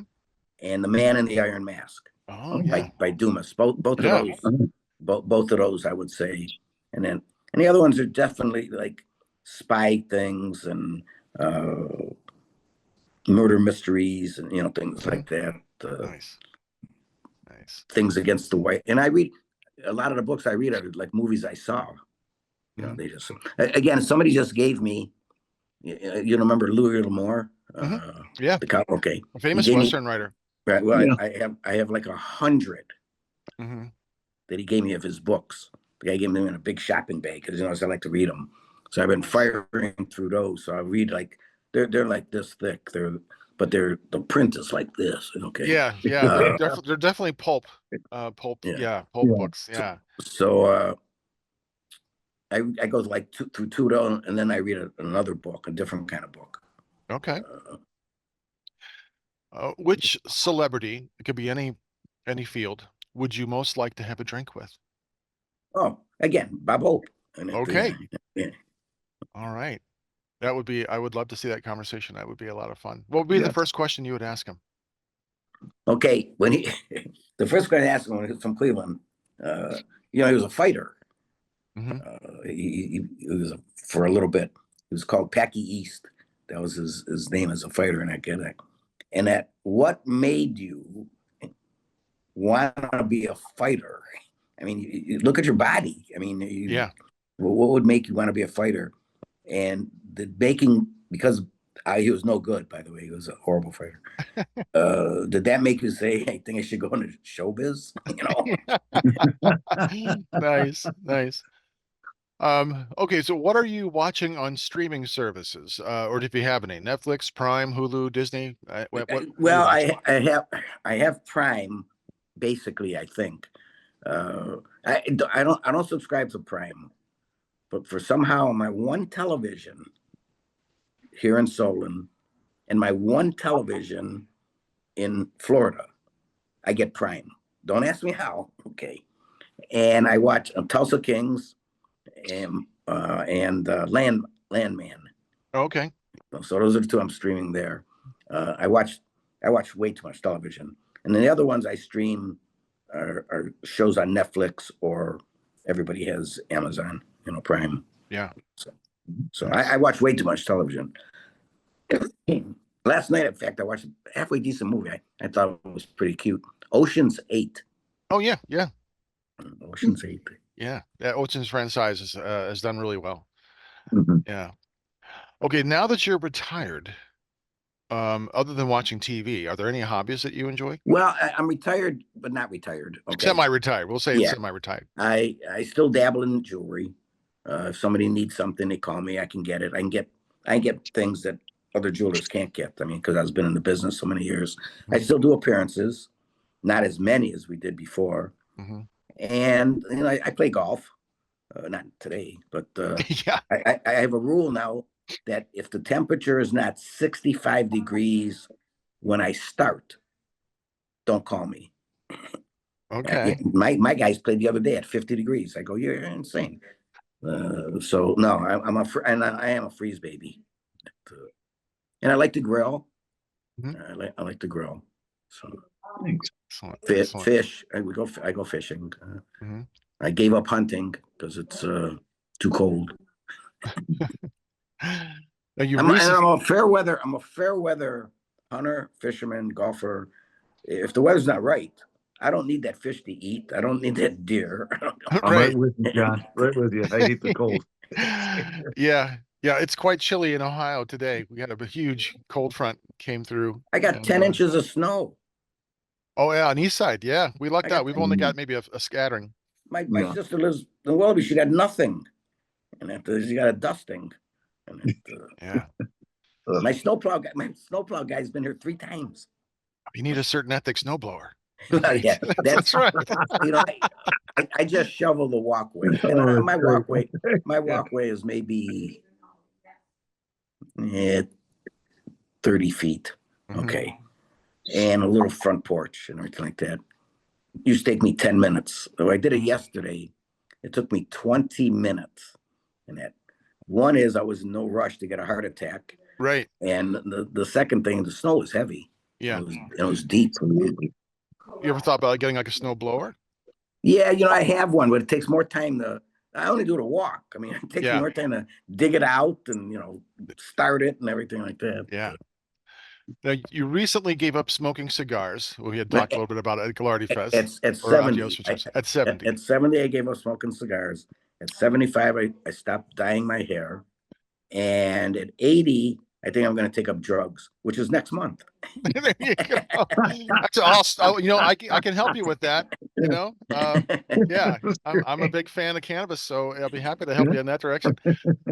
So what were some of the brands of cigar? A lot of people grow their own now Yes, because you're allowed 2 plants or 6 plants or something like that. right. And to show you how dumb I am, the guy says, "Hey, you got to look at my marijuana plants." I said, "And I'm looking for a little bush.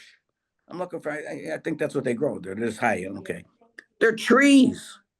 They can be immense. Yeah. I tell you, the thing was 4 inches in diameter. I go, what do you? And he said, "That's screw this year." I go, "How much do you get out of this?" And then he said, "A lot." Yeah. God bless them. That's right. What they're looking for is the seed. Right. That very few plants give that seed up. Yeah, you have to get the seed, and then the growing conditions are really particular as far as climate, temperature. Usually, people build like greenhouses and like have rooms Nah. that are dedicated with like venting and heat. Go And out to Geauga County, guys got a forest. Okay, note to self: Geauga County marijuana Yes, forest. yeah, I'm writing that down too, Montag. Thank you, John, for that. And now Yeah. I'm going to tell you something you won't believe. I've never had marijuana, never had to smoke a cigarette, nothing. Now, can you imagine me on drugs? That'd be awesome. I Yeah. don't do the flower. I tried flower once. I do the carts. I have carts and edibles because I like Clinton. I never inhaled. I smoke cigars, as you know. We've Well, yeah. exchanged cigars We'll multiple times, exchange them coming but I back. never inhaled. I never smoked cigarettes. So I started with the vape carts, and so I get the effect of the strain, but without all the smoke and the burning of the lungs. You don't even feel it. Yeah, if the time comes when you hit 80 and you want to learn a little bit more about the cannabis trade, I'll be happy to help you in that. Going back to cigars, what were some of the brands that you enjoyed smoking? Because I remember that was like one of the most, I told my cousins that we smoked cigars after Galardi Fest, and they were just so jealous that we got to smoke cigars together. I'm like, oh, this is so awesome. Well, I like Cohibas. Mhm. I liked Cohibas. I did not like a lot of the ones from Cuba. I thought they were too harsh in that. And I found this JR cigar. There was a Yeah. Now JR cigar, and I found this one, and I can't remember now what it is. Cigar. It was a Lonsdale, so it's thin, so I go, okay. And I never did like the big fat cigar. I like the thinner ones. And it was a milder cigar, and I still order those and I have my name on them, so so that was pretty cool. And then everything got expensive. I mean, really, really expensive. And I used to be at a gas station, pumping gas and everything, and the guy across from me, and I'd hand him a cigar and everything like that, just as a kick. I go, "Hey, Lil John, hey, have a cigar on me." Okay. Then I said, "Wait a minute, I'm starting to give out $10 to everybody I'm talking to." Yeah. What am I, nuts? They were $1. I mean, Right. Yes. Back in with the cigar boom in the 90s. Yeah, there was everybody. Yeah. Yeah. Cigars are quite expensive. I get my cigars from GR as well. GR cigars. And I still buy like their brand, like the knockoffs, the alternatives. I buy those. Yeah. Yeah. Now it's still there. It's a place in Solon, a cigar shop and that. And Oh, you're talking about, that's a place. I was looking online, like JR Cigars out of North Carolina. I was talking about that. Oh, okay. But there's another story that there's Oh, a cigar shop. And so we'd go there and, buy cigars from the guy. And he had a back room where you could smoke. In the back room, he had a big television and everything. And so we talked to the guy. We became friends and everything. We talked to the guy, like, you should put lockers in here. So we could have cigar lockers and everything, and we could put booze in it, and then we'd sit in the back, drink, and this and that. And then we talked him into, like, you close it 6 at night, 7 at night, close, but we'll come in. There was 10 or 12 of us. We'll come in, we'll buy cigars and everything like that. We'll bring food in, and you could eat and everything like that with us and that, and drink with us and that. And it got to the point where we'd bring masseuses in. We get massages.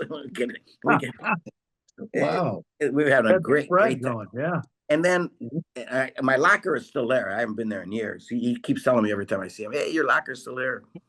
I said, "Have you opened it?" Because there's probably. And he goes, "Yeah, there's nothing in it." I said, so, Like Al Capone's vault. yeah, so there's nothing in it. And I'm sure by now he's given it to somebody else. But yeah, we used to have a lot of fun smoking cigars, and that's how I met. I met one of my very good friends who did not smoke cigars. He just wanted to hang out.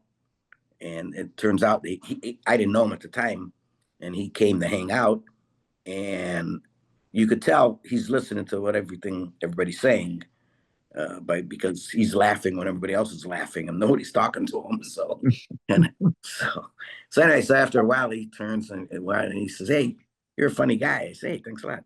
He says, "I know this guy, Michael Jordan." I say, "Yeah, me too." He said, "No." He says, "I really know him."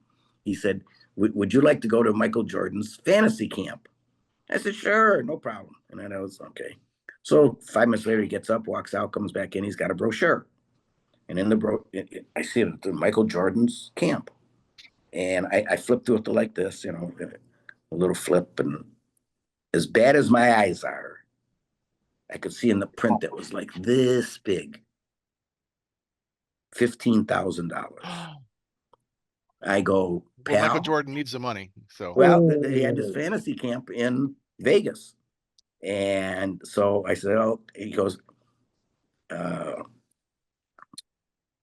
mean free." I says, "Yeah, okay, sure. No problem." Yeah, okay. Yeah, there you go. This, Yeah, I just met the guy 2 hours before that. Okay. So anyway, I said, "Okay, thank you very much." Okay, so we left. And I gave him my card and this and that. So now this was like in November. And okay, now January, I get a phone call in the jewelry store, and I recognized his voice. Okay. And he goes, "My name." I said, "I remember you." And he says, "Yeah." He said, "Now's the time to buy your tickets." Oh, now's your time to buy the ticket to go to Vegas. I said, "Go to Vegas." He goes, "Yeah." I says, "No." I said, "Wait, I got to ask you a question. Who are you?" And he says, "I'm the director of Michael Jordan's fantasy camp." And I go, "Yeah, okay." And he said, "Did you look at that brochure?" And I lied. And I said, "Yeah, yeah, yeah." And he says, I said, "In fact," and which is true, I did have it there in the store. I brought it in to show somebody. And it's been laying there for 3 months. Okay. So I got it. He goes, "Go to page 3. Okay. Page 1 was just a blank thing. Page 2 was Michael Jordan's picture. Page 3 is his, executive director. And he goes, "I want you to come to this camp." And I said, "Well, I don't know." He says, "Just to show you I'm legit, I want you to come to my March Madness party." And I'm thinking, Chicago? I'm going to go to Chicago? And I said, "Well, I don't know if I can get a flight." He goes, "You didn't look at that book." He says, "Look on page 15. He says, "You see where you send a check to?" And I look at it. Solon, Ohio. The guy lives 6 streets away from me. Oh my. Okay. I said, "Okay, I'll come, but my wife's not going to come. She doesn't come to any sporting event or anything." He said, "Okay, just come." So I went to this thing, and there was Mike Fratello was there, all these, UB Brown was there. I'm thinking, holy crap, this guy is for real. So he says, "Okay." I said, "Okay, I'll go." He says, "Okay." I says, "But free to me means free." He goes, "Yeah, there is a couple catches." I said, "Okay, let's hear it." He goes, "You have to buy your own airfare." And in the book, it said everybody, even the guys that's paying 15,000, has to buy his own airfare. And a lot of these guys came in with their own private jets. So, but anyway, the second thing is you have to buy 2 meals while you're there on your own. I said, "I can go to McDonald's. I could skip it." "Oh yeah, but 2 meals aren't paid for." That's it. Okay, so I said I was in. Okay, so I went beyond my wildest dreams. It was phenomenal. Phenomenal. Okay. I wound up going for another 6 years. Oh, wow. and that, Nice. and until Michael Jordan, I mean, you go there. I don't know if you've ever been to Vegas or anything like that. Okay. I went one time. Yeah. Okay, you go there. Just a whirlwind stop And over for a couple days. you never hear no. In other words, like you don't go up to the desk, you go into a private area and say something like, "Hey, I want to see the show tonight at such and such." Well, it's been sold out for like 3 years, you know, that type of thing. And they go, "No problem, you're in."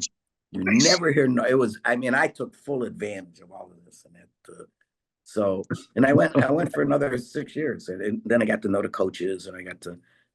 What cemented me in, not only this guy, obviously, but there were coaches from Cleveland that knew me from the television, like Lenny Wilkins and Chuck and Fratello and that.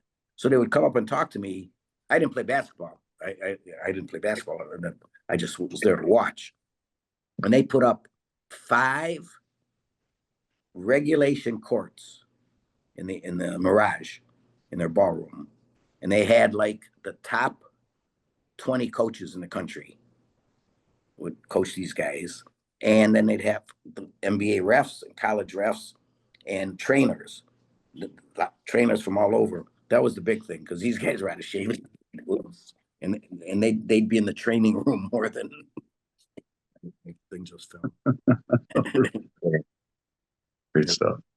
Yeah. So did you, I mean, they had to know that you were part of the Hoolihan and Big Chuck All-Stars, right? Well, no, at that time it was Big Chuck, Lil John All-Stars. Big Chuck, Lil John All-Stars, right? Yeah. Okay. Yes. So you came in with a lot of street cred, you know? Yeah, right. No, I didn't play ball. I didn't play. These guys were serious, and the coaches were serious. I thought the coaches were just going to fool around. Yeah. Say move over here, move. No, they were right into it. They were really, and they gave the people the money's worth.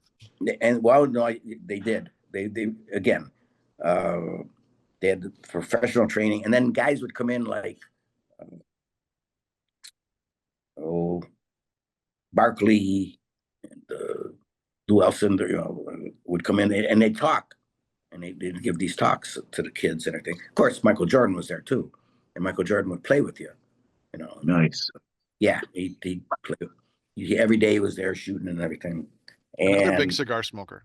Michael Jordan. Yeah. And that was another thing. So you'd come down. I mean, I got a million stories. I mean, I could go forever. But you could take a picture. You were summoned to take a picture with Michael. You just couldn't walk up to him, even though you paid 15 grand and say, hey, take a picture. No. Certain day, certain time. You line up, and he stands like about 20 feet away. And then you come up to line. Girl takes your little card that you filled out, your name and everything. She walks 10 feet. He walks 10 feet. He takes the card. You walk 10 feet. Hi, John. How you doing? What's going on? Walks 10 feet back, turns around, puts his arm around you, or whatever it would do. Click. Next. Next. Okay. And so the first year, took the picture. We only saw from here up on me. And the rest was him. Okay. So the second year, and again, I'm getting to the second year, I carried a chair with me in line. I took a chair and carried in line, so I stood on the chair and put my arm around it. Okay. Third year, I had him sit in the chair, and I sat on his lap. Now nobody has him do anything. He stands right there. Okay. But that first year, when we were walking, I was coming down on an elevator, and the guy gave me this really, really good cigar, and I had it in my breast pocket. And this other guy, the guy that gave me the cigar, was in front of me for the picture, and he gave Michael Jordan a cigar, but not as good as the cigar he gave me. And Michael Jordan says, "Oh, thank you very much," and everything like that. And he was a real big guy. So then I come up and I give him the same cigar that the guy gave me. Okay. And Michael Jordan goes, "Oh man, the big dude give me this cigar, and a little dude give me a good cigar like this." Okay. Oh, that's terrific. So I mean, I can tell you a story every year that I went, and the stuff that went on. But and then that broke my heart when the last banquet, he says, "You know what, guys? I got more important things to do than play 4 days with you guys. I'm done." Thanks for the money, but I'm gone. He made a ton. Yeah. Well, he needed it, you know. Well, Yeah. he paid his coaches well. I think they all made 20 grand a piece for 4 days. Yeah. plus all expenses, Right. expenses paid. Yeah. And everything that he, like Haynes, things like that he promoted, Yeah. they gave to him Hmm. to give away at the camp. And then he had his own store that he set up. If you want to buy underwear, if you want to buy this, you want to buy that, whatever, that he was promoting and everything. And guys went in there and bought a lot of stuff. Yeah. It was a reduced rate and everything. And so, last story, then you can go on to something else. Yeah, it's good. It's all good. The guy that ran it, who lives 6 streets away, he passed away now. I miss him so much every day. We became very, very good friends. Like 3 days a week going drinking, and the other 3 days we went to dinner. So, okay. Oh, nice. And yeah, here and Florida. So anyway, he comes home and he was in charge of this supermarket thing. And he goes, he says, whatever dummy ordered the underwear and everything like that should be shot. He said, I am stuck with all these smalls. I go, really? What size are they? He says, like 30 to 32-inch waist. I said, really? That's the size I wear. I got a to this day, I'm still wearing them. that show's that was gone 10 years ago. To this day, I must have had 200 pairs of underwear. You never like had those signed at any Galardi Fest or Adios Muchacho show. That might sell. Speaking of signing, you just couldn't go up to him and say, sign this. It was a day you could bring one thing in to be signed. And he Probably would need to sign be that. personalized, I would think. I always like all my stuff personalized if possible. Well, if because it's otherwise people might personalized, just sell it. They turn it around and sell it. Yeah, well, if it's personalized, you don't get a lot of money for it. Right. If it's not personalized, you get a lot of money for it. And that so like Ed, he had a little not a garage sale. He had people come in from out of state. There was a auction, and they looked at all the stuff he had, and anything that said to Ed, they didn't want. But anything that was generic, they wanted. I mean, he sold a pair of tennis shoes for $15,000, and that one of the first pair of Nikes or whatever, Air Jordans or what it was. I got a pair I'll sell for $5. So anyone out there, $5, not 5,000. So anyone. I mean, these were never worn in a box. Right.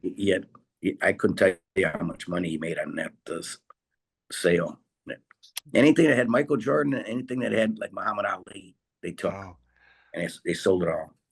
Wow! I was at the Muhammad Ali Museum a few years ago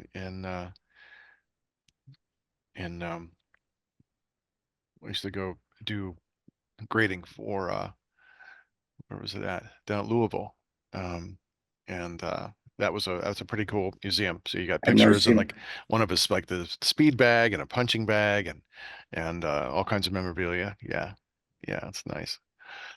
Okay, John, our last question, the one-off here is, do you have any hidden talents? And if so, tell us about one. Nope. Okay. No. What you see is what you see is what you get. All right. That's the only talent. That's the only talent I have. I couldn't tell you. I grill. Okay, I'm not a master griller. I grill. Okay. I play golf. I'm a horrible golfer, but I play golf. Okay. No, I have no hidden talents except to make people laugh. I mean, but that's not a hidden talent. No, it's just out there. Yeah. Yes. Yeah. Oh, that's nice. Okay. We've got a one game that we're gonna play. And this is called Blast Beats. And it's a series of questions, multiple, either like short answer or multiple choice, like your favorite this and that. And I know you don't really have favorites, but only a few of those are like that. So okay, so we're gonna start with your favorite pizza topping. Oh, mushroom and pepperoni. All right. Paperback or Kindle? Paperback. PC or Apple? Yeah, I don't know the difference. So you're talking to the wrong guy. I have Apple products, if that makes a difference. Okay. Your favorite cartoon character? Popeye. Okay. Favorite ice cream flavor? Vanilla with cherries in it. Okay. Dog or cat? Dog. Justice League or the Avengers? Yeah, well, considering I would say the Justice League because that has all the superpower guys. Okay. Star Trek or Star Wars? Well, I would probably say Star Wars. Okay. Bigfoot or Loch Ness Monster? Bigfoot. Dracula or Frankenstein? Frankenstein. How do you like your steak cooked? Medium rare. Your favorite sport? Well, it'd probably be football. Okay. Favorite movie snack? Popcorn. Your favorite subject in school? Math. Your least favorite subject in school? History. Your favorite board game? Monopoly. I mean, I'm giving them to you. I like a lot of board, but it's not my favorite. But that's the one Yeah. I would like to play. Yeah. Yeah, no, I get it. Yeah, we're just kind of getting the quick answers. Yes. Spielberg or Tarantino? Spielberg. Your favorite Christmas gift? That. That was I that? couldn't. I couldn't Oh, tell okay. you. Okay. And again, even when we were a kid, we weren't big on Christmas. We're Mhm. not big on birthdays. We weren't big on presents when I was a kid, and even as adults. Because like my Christmas list, when the kids ask or the grandkids ask, I put a dollar limit on them. This year it's going to go up to $25. Okay, unless you're married, then it could be it has to be 40. And I put things like Charmin Ultra Strong toilet paper, There you go. Kleenex. I go, you want to give me something I could use? Okay. Yeah, it's the gift that keeps on giving. Right. It really And is. then $10 increments of scratch off lottery tickets and things like that I put on my Christmas list. Okay. Yeah. Good to know. And the last one in the blast beats, the best concert you ever attended. Well, I wasn't a big concert guy, but I'd have to say Zappa. Oh, And nice. Okay. at the Yeah. public auditorium. And Blood, Sweat, and Tears was good. Also. Ah, excellent. Don't forget, my guys are old. Okay. Yeah, no, I get it. Hey, no, we get it. And I would throw it, and I really did like Michael Stanley's concerts. Yeah, I never saw him. Yeah, never did. They were good. Yeah. Yeah. We've only got a few more questions, John. And this next one is about fandom. We're all fans of other artists. Do you have, or what is your favorite piece of memorabilia? Something signed, or something signed by someone, or a gift given by someone. Nope. Anything like that? No. You know what? Chuck was the guy you should ask that. He was always. I never asked for an autograph. I never. If I had to say anything, it'd be. My father gave me 2 baseballs from the 1929 World Series champs. Oh. They were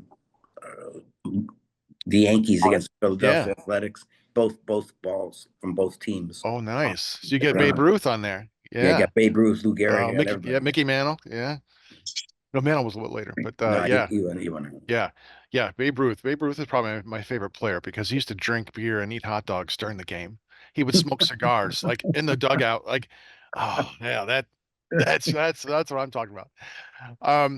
Now we had talked previously, and I want to make sure you have plenty of time to talk about.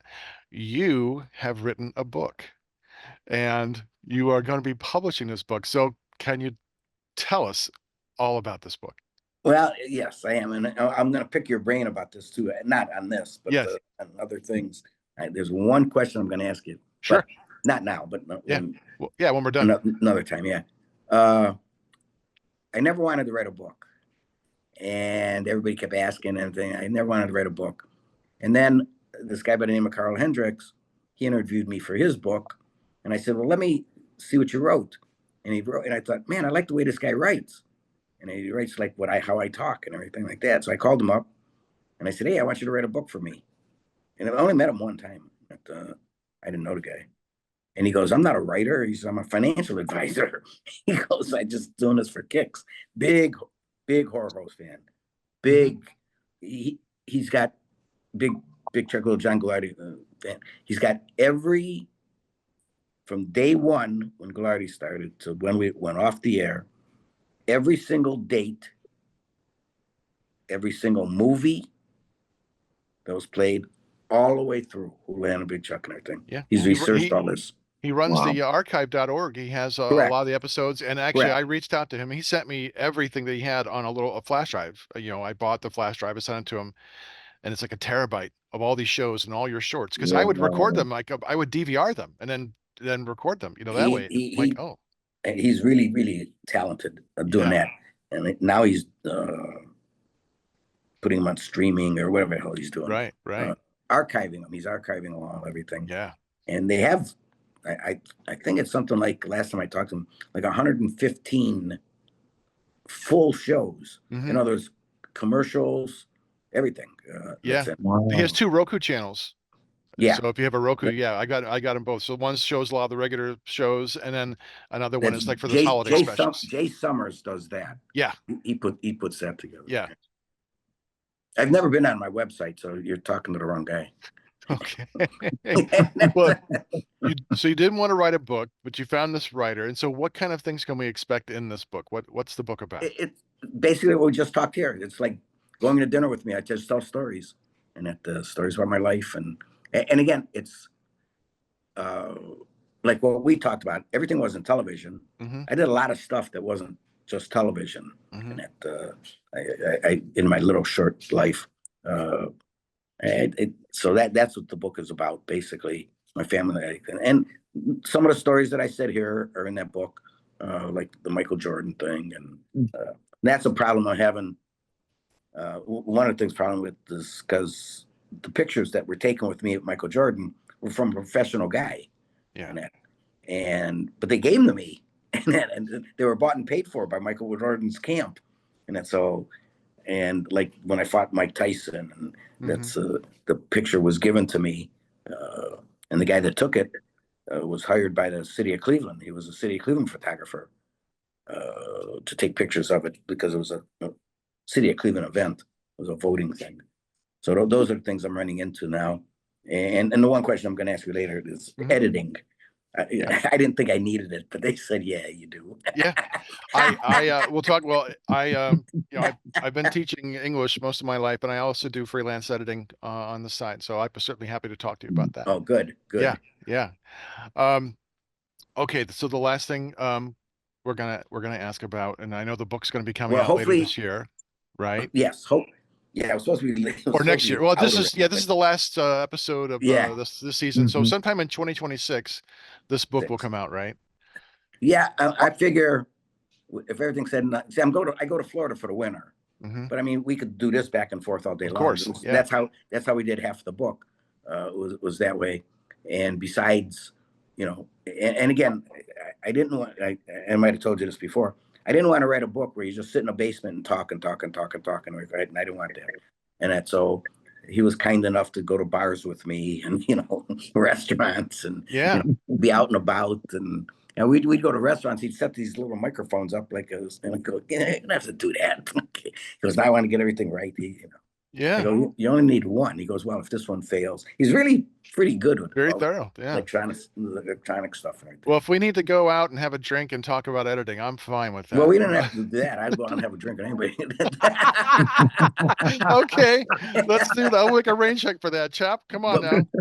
But see, the problem now, and this is a problem. I don't drive at night. I got bad eyes. That really cuts out into your, there aren't a whole lot of guys that want to drink at 2 PM. Me. I don't think, Chop, you've never had a problem with that, have you? Oh, I beg the fifth on that one. Well, I mean, most guys work, a lot of guys work during the day. Yeah. But I don't know how much freedom everybody has. My guys don't work. Don't forget, I'm 80 years old. I'll be 80 years old in January 19th. Good blood. Well, 10 o'clock's a good time. I have no problem with that. So, I have no problem getting up and drinking. No. There we go. we'll have to tell you. 7 a.m. it is. Here we go. I have to tell you, at 4 o'clock in the afternoon, if I'm not out drinking, at 4 o'clock in the afternoon is cocktail hour every day. Okay. So, and my wife doesn't take a back seat either. She's with me. And so our new drink now, hers is a Manhattan, a perfect Manhattan, and mine is a Vespa.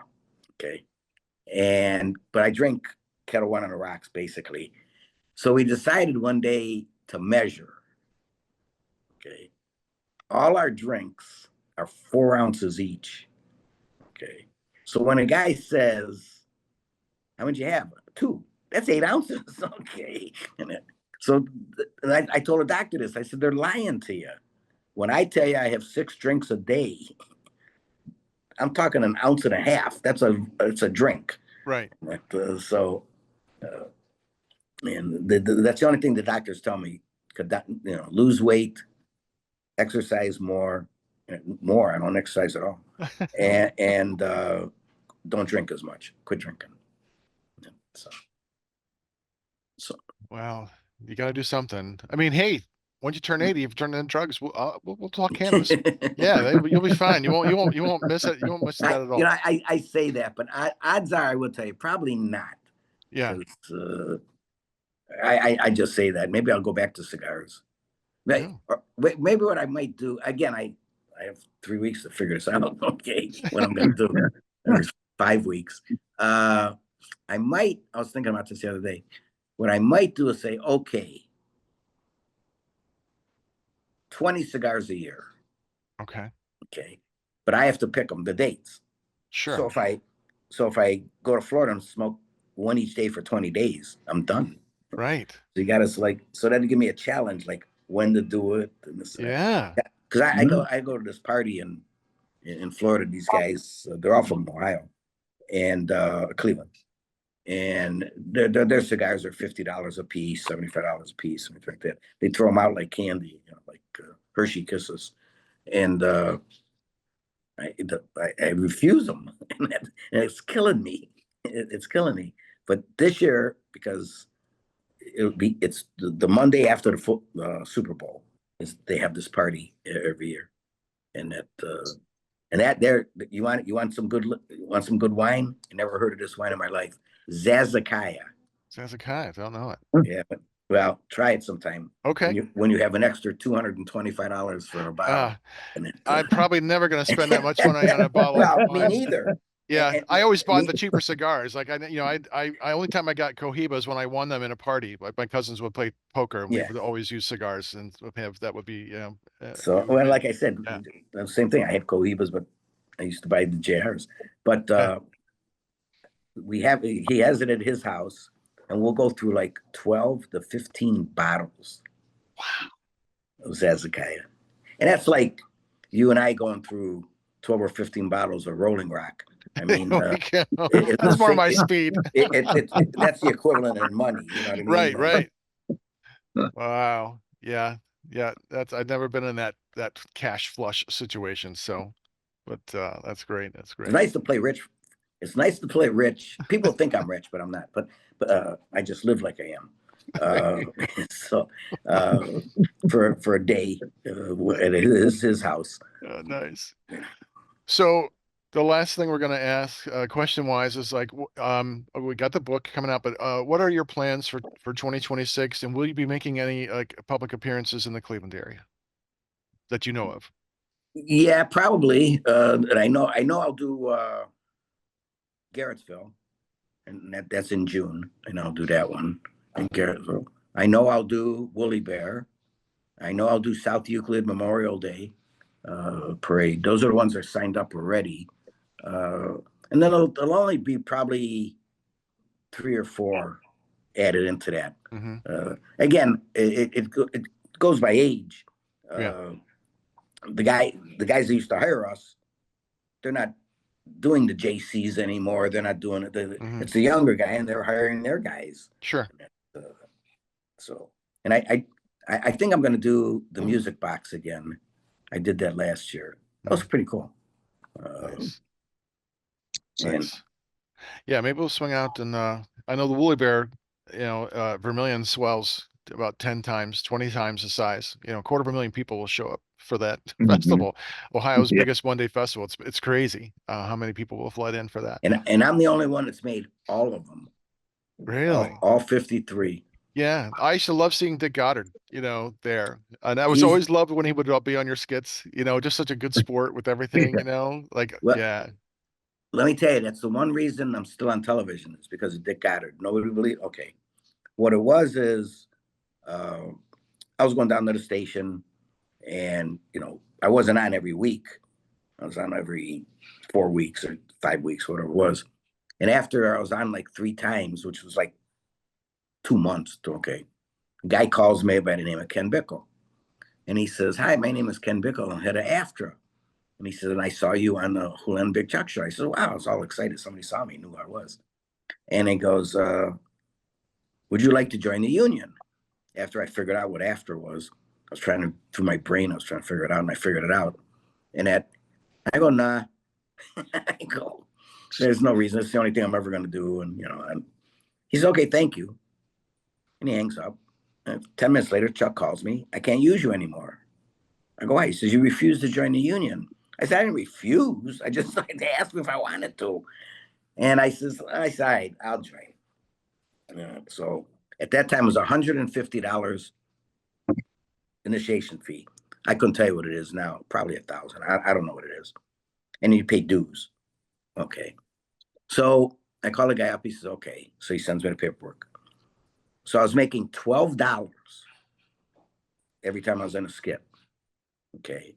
So you be in a skit, and then 3 weeks later, you get your check and so on. So I would endorse the checks and mail it to the union, to AFTRA.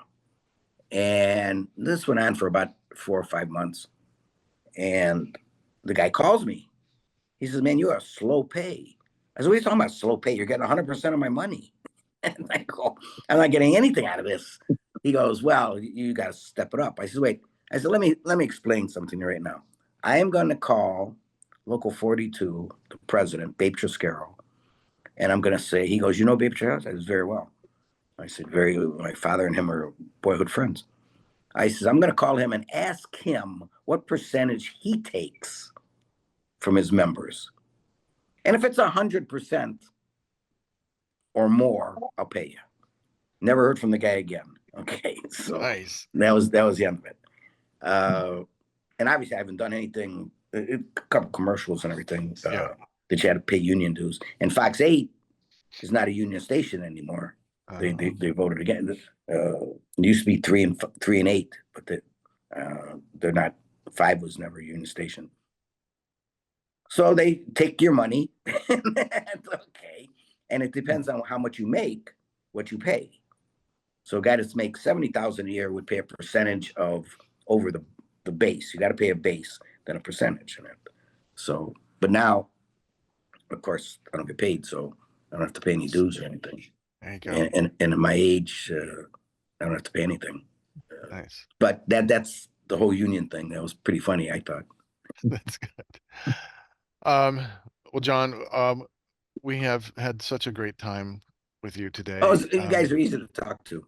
Oh, we've had a blast. This has been such Yeah, a joy. We'd love to have you come back on anytime that you want to talk or join in and You as let we me talk know. movies. Yeah, because we often do other kinds of shows where we discuss movies and music. But if you've not really seen many of those movies, it may not be a fit. But we'd love to have you back on, regardless.